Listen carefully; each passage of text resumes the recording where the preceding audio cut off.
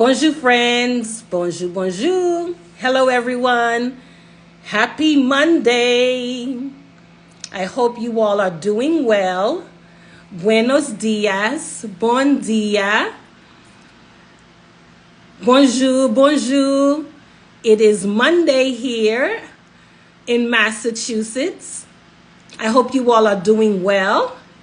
Hello, faith and love. Hello to all my friends. Bonjour. Bon dia. Bon dia. And buenos dias as well. I hope you all are well. Hello from Miami. Today I am coming to you to talk about an event I just came from. I would like to reflect on International Widows Day, which was yesterday, and our continued advocacy for widows all over the world, especially suicide widows. I just came from an event that we had in collaboration with the City of Miami, specifically the mayor, Charlie Sisitsky, and his wife, First Lady Robin Kaye. I thank them for their support. Today we had an event to bring awareness to widows all around the world, especially here in Framingham, because yesterday was International Widows Day designated by the United Nations. So to celebrate, we wanted to raise awareness, and I reached out to the mayor's office, his public information officer, Susan. Thank you so much for all of your help. She was able to help us organize it in collaboration with the mayor and First Lady Robin. So I just came from there. That's why I am dressed like this. And if you see my dress flowing, it's because I have my little fan. It's very hot here in Framingham, Massachusetts. And even though the AC is on, I am still sweating because of menopause. So how are you all doing, my friends? Today I want to talk about this very important cause that is dear to me, my husband, and our family, the cause of widows, specifically suicide widows. We received a citation from the City of Framingham. This is the citation.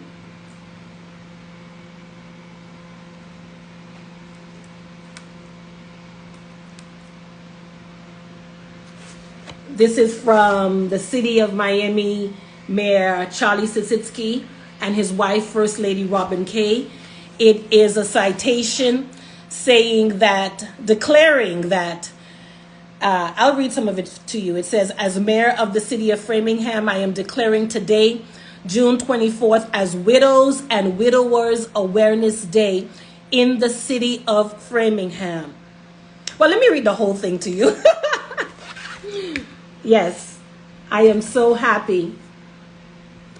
So the citation reads, according to the U.S. Census and the National Widow Organization, 70% of married women will become widowed. There are 11.61 million widowed women in the United States, along with 3.58 million widowed men. Framingham resident Cynthia Blum Price McLean is the co-founder of the organization Widows to Windows. As a suicide widow survivor, she has used Widows to Windows to shed light on the harrowing experiences of widows, particularly suicide widows.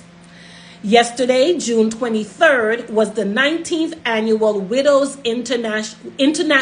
Yesterday, June 23rd, was the 19th annual International Widows Day, a day dedicated to raising awareness about the plight of widows around the world and advocating for their rights.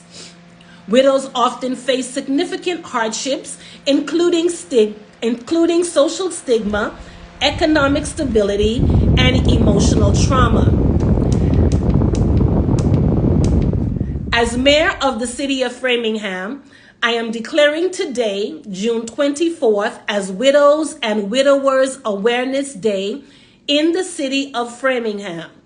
The day serves as a reminder of the need to support and empower those who have lost a loved one, ensuring they have access to resources and opportunities to rebuild their lives. Thank you so much, the City of Framingham. This is another one, like I always say, another one. Another proclamation, another citation for the work we are doing to raise awareness for individuals who lost a spouse, married women who lost their husbands, married men who lost their wives. And I am so thankful and grateful. So, yes. Hello from Wimbledon, London. Hello. So, my friends, what are your thoughts about the widowed population? I know most people think that widows are old women who live alone. They wear black all the time. They have a house full of pets because they're lonely and depressed and mean. Well, that is untrue. That is one of the stigmas. I remember when I first became a widow 9 years ago, people would often say to me, "You don't look like a widow." And I was always, I would always laugh, like, what does a widow look like, So, widows are young. Widows are young women. COVID is credited now to be one of the biggest widow makers in history. Besides wars, COVID created a lot of widows. So many women, young and old, lost their husbands during that time.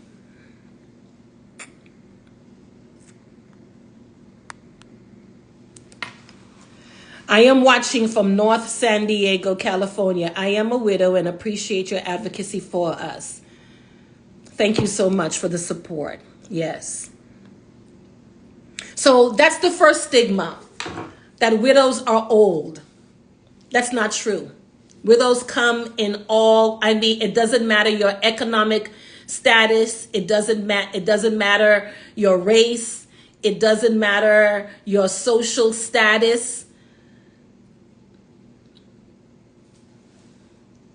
That is the first stigma.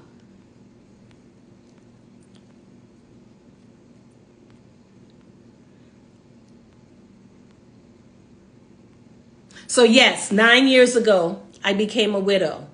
I lost my late husband 9 years ago. June 18th, last week, made 9 years since I received the phone call at 8:30 in the morning from his brother letting me know that he died by suicide in Israel. If you hear a little noise, that's this fan that I have to use. So 8 years ago, at 8:30 in the morning, I received that phone call that he died by suicide in Israel.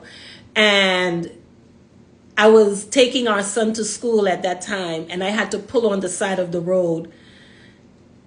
And it was a terrible, terrible experience.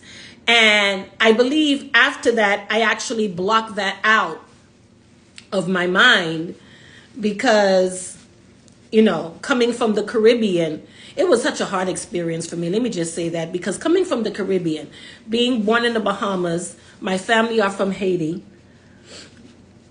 Coming from the Bahamas, my family are from Haiti. We didn't know how to deal with suicide. We didn't know how to deal with depression. It was not a thing where I came from. So it was very hard for me to deal with. I couldn't talk to anyone at all because I was embarrassed. I couldn't talk to anyone because I was ashamed. Here I am, this very popular and influential radio personality, major event organizer, a political strategist, lobbyist in Miami. I work with politicians to help them get elected. I was known for doing so many things in Miami, and who was I going to talk to about my husband dying by suicide? Who? There was no one that I was going to reveal that to. It was embarrassing. Plus, I felt guilty on top of that because I felt responsible, that I should have been able to do something, you know? And I felt guilty. So I kept it in. But one thing, being the person who loves to help people, I immediately began working with other widows. I began looking for other widows to help them. Not realizing that while I was helping other widows at that time, I was helping myself. But guess what? During that entire time, I was helping widows. I was lying to people, telling them that my husband died in a plane crash. It depends on what the day was. When they would ask, how did your husband die? I would either say plane crash. I would say he had a heart attack. I would make up all kind of things just to not say that he died by suicide because it was so embarrassing to me. Pardon me. My sinus is bothering me. And so I lied. I lied for 7 years, even though I was helping other women. And it's not until I decided to join beauty pageants, that's why I love beauty pageants so much, especially beauty pageants for married women. It's not until I joined a beauty pageant so that I can continue to raise awareness for widows. And I was working with a pageant coach. Her name is Caroline. And she would always ask me, why are you so passionate about widows? And I would tell her, because I understand, because I've been there. It is so hard for them. You know, I can relate. And she would always ask me over and over, why are you helping widows? Until one day, she just kept, digging and digging. And until one day I said, okay. Husband died by suicide. And when I revealed that to her at that time, that was the first time in 7 years that I went back to the time when I received the phone call from my husband's brother that he died by suicide. That was the first time in 7 years I went back to that place. Because don't forget, the kind of mother and aunt I had, and the Haitian women that I grew up watching, they were very strong. They were very resilient. They were very courageous. There was nothing to stop them. So even though I was in pain, I was able to block the trauma. I was able to push it back and keep going, right? I kept going. And when we came to Massachusetts just for a visit, my son wanted to see the snow. And we came just for a visit to see snow because I never saw snow either. And we just ended up staying. So I ended up relocating to Massachusetts, never went back to Miami with a young child. I don't even know how I made it. Everyone was saying Massachusetts was racist. Boston was racist and too expensive. But I didn't care. I stayed in actually one of the most affluent towns and cities in Massachusetts. It's called Brookline. I actually stayed in Brookline for 2 months. Very expensive. And how did I make it? Well, I was online. I was a mentor. I was a coach. I had books. So I was making income on the internet from social media. And that's how I supported my son and I in the beginning. And then I began working for an art collector as well. He hired me as his marketing director. So I did that as well.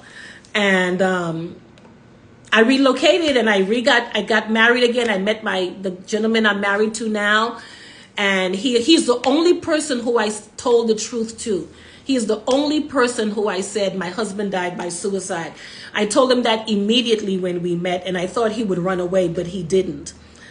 And so it was not until that coach made me go back to that place and tell the truth that I went back to the place when I got the news that he died by suicide. I never attended the funeral because it was in Israel. The only time that it became real to me was when I went to the Consulate General in Miami, the Israeli consul consulate in Miami to get his death certificate. It became real to me that he was really dead when they gave me the death certificate. But besides that, I had nothing else. I didn't go to Israel. I didn't go to the funeral. Nothing at all. So I blocked it out. I stopped contact with his family. And I just kept on moving and rebuilt my life here in Framingham. And so, back to the pageant. And so once I confessed to my coach of how he died, it opened up a whole new world for me. I was contacted by a newspaper here in Massachusetts called Metro West Daily News. And, we were talking about my story and why I was so passionate about widows. And again, he asked me the story. How did your husband die? And I said to him, he died by suicide. It slipped out. And I was like, oh my God, I said that. I said that to the newspaper. And then so we're continuing the interview. And then I said to him at some point, can you take that out? The part about him dying by suicide. Let's put something else. And he said, are you sure? And I said, okay. So then during the interview, he was like, why did you want to take it out? I said, because I remarried and I don't want to embarrass my husband. I don't want my followers to know that my husband died by suicide. And I don't want our son, his teachers are going to know, their parents are going to know, then the students are going to want to know, they're going to find out. And I don't want him to go through that. So the journalist said, okay, I can take it out if you wish. And so we continued our interview. But during the interview, I said to him again, you know what, just go ahead and leave it. He said, are you sure? I said, yes, just go ahead and leave it. I'm ready to deal with it. And so he said, okay, I'm going to leave it. And then when my husband came home, I told him, I said, honey, I told the truth. I told the newspaper, it's going to be in the papers. Everyone's going to know. He said, are you sure you're ready for this? I said, yes, I'm sure. He said, okay, I'm going to support you. So when our son Zeev came home that day, I told Zeev the truth. He thought his father died in a plane crash, but we told him the truth that it was by suicide, and we told him what mental illness was, and his father had mental illness and all of that, and he just broke down crying. We all cried, and we all that's when I signed up for therapy for grief and suicide survivor therapy for Zeev and I. And oh, the sun is shining right on me. Maybe I shouldn't have sat on right here. Let me see if I can come back in a little bit. Okay, so now it's shining. Okay. Okay. How about right here? Okay. So that's the story, my friend. That's how. And then after I came out with the truth that I was not only a widow, but I was a suicide widow, the world just opened up. I mean, a whole world of suicide widows opened up. There were surgeon wives, congressmen wives, doctor wives. I mean, so many women who were lying about how their husbands died because of the same embarrassment and guilt and stigma that I was facing. They were all lying for the same reasons, and it opened up a whole world for me. And I came in contact with Camp Widow, and I was a speaker there. I went into contact with Samaritans, the group Samaritans, the organization, and they did a feature on me and working with them, and it's a lot. And my husband now is very passionate with me. He supports me. And I've just been raising awareness during COVID. We worked, we were reaching out on social media, telling widows, if you need help with money, with groceries, with your children, if you need someone to talk to, I am here. And so many women reached out. But to my surprise, you would think that a lot of widows would reach out asking for money. They did not. 90% of the women that reached out wanted someone to talk to. They wanted someone to talk to, someone that can relate. Because people don't know how to support widows. They don't know how to, talk to them. They don't know how to speak with them. They don't know how to support them. They say things like, you need to move on, that, you're going to get over it one day, or, things will get better. No, it does not. Never tell a widow that. Never tell a widow she needs to move on or she will get over it or things will get better, because it doesn't. I remember when we're in Aruba, which is our second home, while I'm shooting content, because when I'm in Aruba, I love to shoot content. Every time we go to Aruba and we're about to shoot content on the beach or we're relaxing on the beach, my husband would come to me and say, there's someone who needs to talk to you. And he will take me to a widow on the beach to have a conversation with her. And the interesting thing about it is, my friends, check this out. While I'm having a conversation with a widow on the beach in Aruba or wherever we are, her family is right there as well. They are like maybe 2 seats away or 10 steps away. And it's interesting because her family and friends are right there, but yet she is still having a conversation with me because she doesn't feel comfortable opening up and being honest and grieving in front of her family because of them judging her. That always happens. And I always have to find myself telling them, whenever I connect with a widow, that your emotions are valid. You are supposed to cry. You are supposed to miss your husband. And why is crying a bad thing? Why, if you are crying because your husband died, why do you think that is bad? Why are you making your tears bad? It is not bad. You are supposed to miss your husband. You are supposed to cry for your husband. You are supposed to honor those emotions. Sometimes why can't you just embrace the memories? Of course you miss him. Of course it's painful, but honor it. Live in it for that moment. And that brings them so much peace and so much relief. And that is the work that I enjoy doing, because I understand I still miss my late husband. I still remember him. My husband, I'm quite sure, still misses his wife. He was married to her for 40 years. He's supposed to miss her. So that is the work we're doing. And the sad part about it is so many widows are being disinherited. So many widows, once their husband die, their families kick them out of the home. They lose their home. They lose their status in society. They have no resources. There are no resources for widows. That's why I was so happy to find out that the United Nations made a day to commemorate and celebrate these women. It's International Widows Day, the 23rd of June of every year.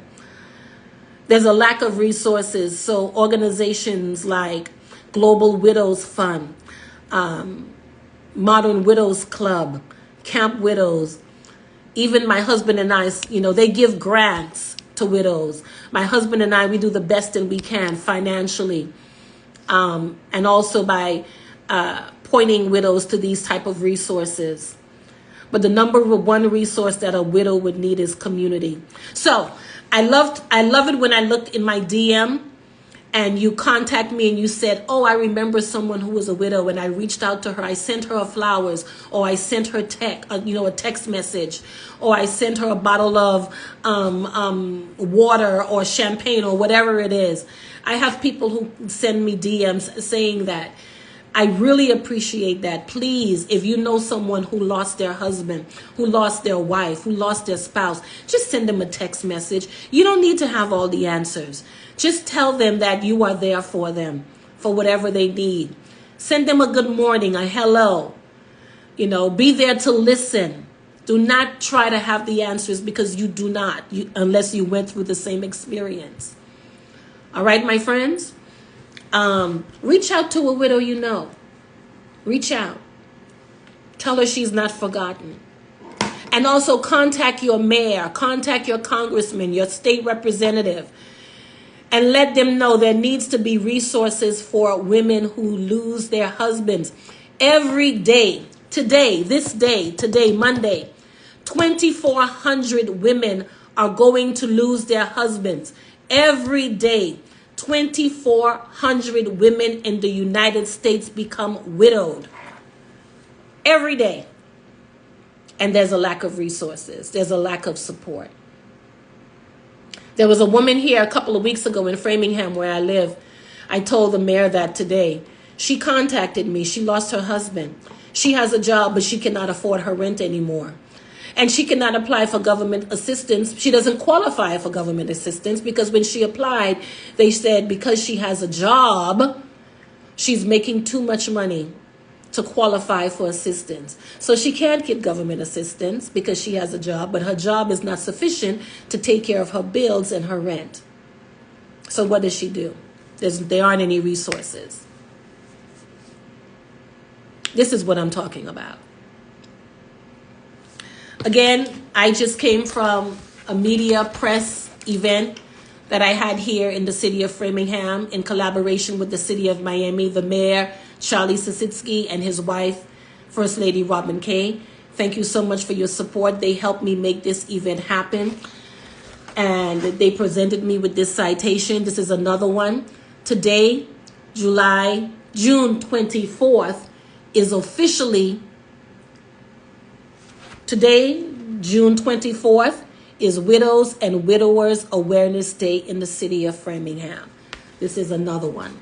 Another proclamation, another citation that we've secured for widows. This is for them. So, that's my story, friends. Now you know. Now you know what I've been through. And continue to go through because I'm working with other women who are going through it. Let me look at the comments. Reaching out to a widow friend right now. Yes! Thank you so much, Christy. My aunt is a recent widow, and I will check on her. Yes! Thank you. Check on a widow. You don't have to have all the answers. Don't try to have the answers because you don't. Just send them a message. Send them some flowers. Send them a gift card, a card. You know, it can be a physical card or an e-card. And then let them know to reach out to a community because they need a community. Share this live as well, my friends, please. Share this live so that more people can know that widows are not old women who are lonely in a house full of cats and dogs. Widows are women who are married and who lost their husband, whose husbands died. That can be any age. You never know what a widow looks like because people used to tell me I didn't look like a widow, and I was a widow. Okay, my friends, thank you for spending this time with me. I'm not going to keep you any longer. I just wanted to share some of the work that we're doing, and you can get involved. How can you get involved? You can call your legislators, your mayor, your governor, and just say, hey, hello, I'm calling to find out what are the resources for widows. Ask them, what are the resources for widows? Also, you can support a widow by reaching out to someone you know. You can share this live. What else? What else can you do? Yeah, that's it. That's it. Help break the stigmas. Let people know that widows are not old, lonely, miserable women. And that's it. I love you all so much. Thank you for listening to my story. I no longer have to lie. I no longer, you know why I'm wiping my nose, just so that you know? I'm hot, right? So I have this little fan, but the fan triggers my allergies. So what am I going to do? I'm going to either sit here and sweat without the fan, or I have the fan here so I don't sweat, but my allergies are triggered. I am now 53 and a half. I will be 54 in October. There's more to my story, by the way. that I didn't share. But the biggest problem is a lot of widows are left with nothing. And I was one of them. Left with nothing. Or not say left with nothing. Not only left with nothing, but some are, in my situation, left without access to what was left for me. Because it was in Israel, and I was told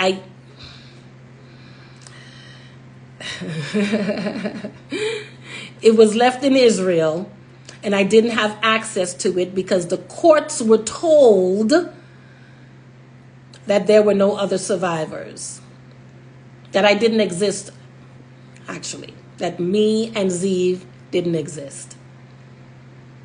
So thank God my husband is a lawyer, and he said, oh no, you're going to correct those court documents in Israel. I was like, I don't care. I don't need it. He was like, that's not going to happen. That's not going to happen. Those documents are incorrect in the courts in Israel, and you are going to have them amended. So I had to hire a lawyer in Israel to go through that process of correcting the death and the court documents in Israel for our son Zeev's sake. Yeah. So there's a lot that happens to widows. There are some widows who are kicked out of their homes once their husbands die. There are some widows who lose all their friends once their husband dies. And this is the most underserved community of women in the world. No one remembers the widows. People remember, they talk about single moms. They talked about women who experience domestic violence. All of that is valid.